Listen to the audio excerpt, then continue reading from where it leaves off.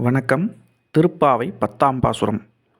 தன் சோம்பேறித்தனத்தால் பெற வேண்டிய நற்பலன்களை பெறாதோர் மற்றும் சொன்ன சொல்படி நடக்கத் தவறியோர் பற்றி ஆண்டாள் இப்பாடலில் எடுத்து எம்புகிறாள். நோற்றுச் சொர்க்கம் புகுகின்ற அம்மனாய் மாற்றமும் தாராரோ வாசல் திறவாதார், நாற்றத் துழாய்முடி நாராயணன் நம்மால் போற்றப் பறைதனும் புண்ணியனாள், பண்டொரு நாள் கூற்றத்தின் வாய் வீழ்ந்த கும்பகர்ணனும் தோற்றும் உனக்கே பெருந்துயில்தான் தந்தானோ, ஆற்ற அனந்தல் உடையாய் அருங்கலமே தேற்றமாய் வந்து திறவேலோர் எம்பாவாய்.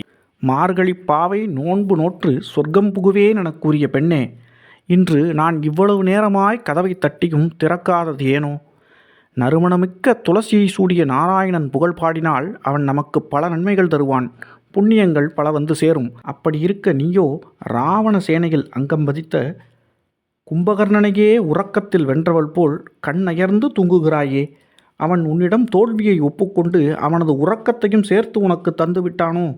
போதும் உன் தூக்கம். சொன்ன சொல்படி நடக்க நாராயணன் புகழ் பாட எழுந்து வா, கதவை திற என பொழுது விடிந்த பிறகும் உறங்கிக் கொண்டிருந்த தோழியை பார்த்து ஆண்டாள் பாடுவதாய் பாசுரம் அமைந்துள்ளது. நம்மில் எத்தனையோ பேர் நான் அதை செய்வேன் இதை செய்வேன் என வீராப்பு பேசுகின்றனர்.